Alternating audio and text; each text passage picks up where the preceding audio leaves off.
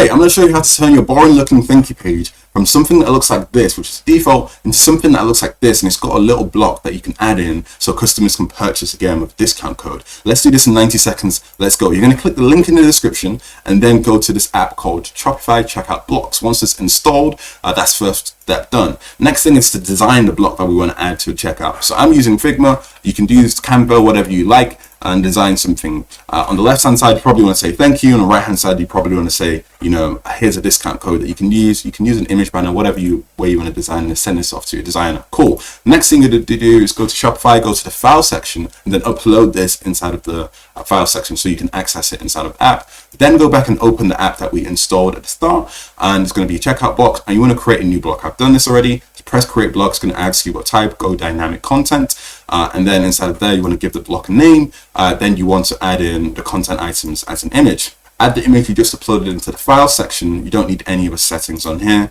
and then make sure you set it as active. And then from here you can go to settings on the left hand side, open up settings, go to checkout settings specifically, press customize on your checkout settings, and then once you're inside of the editor, make sure you switch over to the thank you page, because it'll probably be on checkout by default. Switch over to the thank you page and then go to app block so you can add in the app block that we just created. So press the plus button on this dynamic content so you can add in an app block, and then you can reposition it to wherever you want to. I'm just going to have it at the top here, and then that's the whole process done. The last thing is just to add in a discount code, which I'm sure you guys can do. Add in a discount code. Make sure you set it to just customers who purchase at least once, so it's just an exclusive offer for them. I hope this is useful. Bye.